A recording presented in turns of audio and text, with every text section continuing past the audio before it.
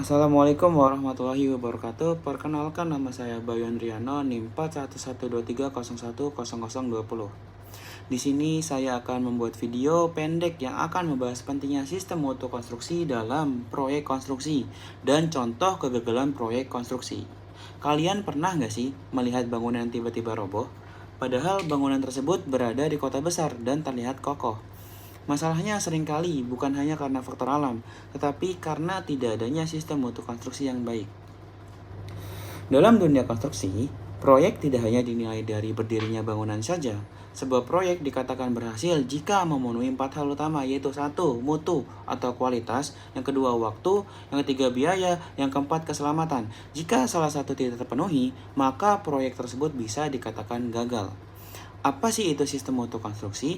Sistem mutu konstruksi adalah sistem yang mengatur proses perencanaan, pelaksanaan, pengawasan, dan pemeliharaan agar bangunan sesuai standar. Yang mana tujuannya 1. Mencegah kesalahan sejak awal. Yang kedua, menjamin kualitas bangunan. Yang ketiga, menghindari kerugian. Yang keempat, menjaga keselamatan. Tanpa sistem mutu, proyek bisa berjalan tanpa terkontrol dan beresiko mengalami kegagalan. Setelah ini kita akan masuk contoh kasus kegagalan konstruksi.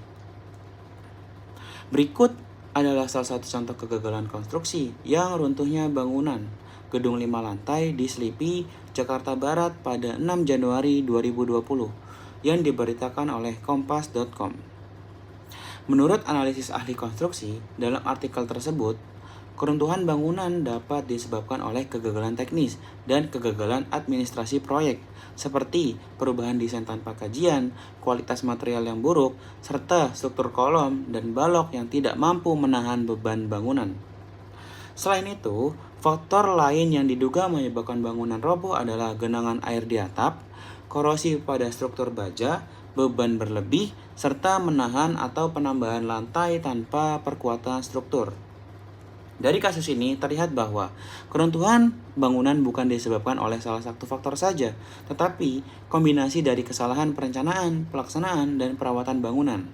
Kalau kita analisis secara logis, kegagalan bangunan ini terjadi karena rantai kesalahan, yaitu yang pertama, desain atau perubahan bangunan tidak dikaji ulang. Yang kedua, kualitas material dan struktur menurun.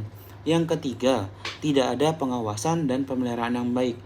Keempat, akhirnya struktur tidak mampu menahan beban dan bangunan runtuh. Yang mana artinya kegagalan konstruksi bukan terjadi tiba-tiba, tetapi karena tidak adanya sistem mutu konstruksi yang berjalan dengan baik dari awal sampai tahap pemeliharaan.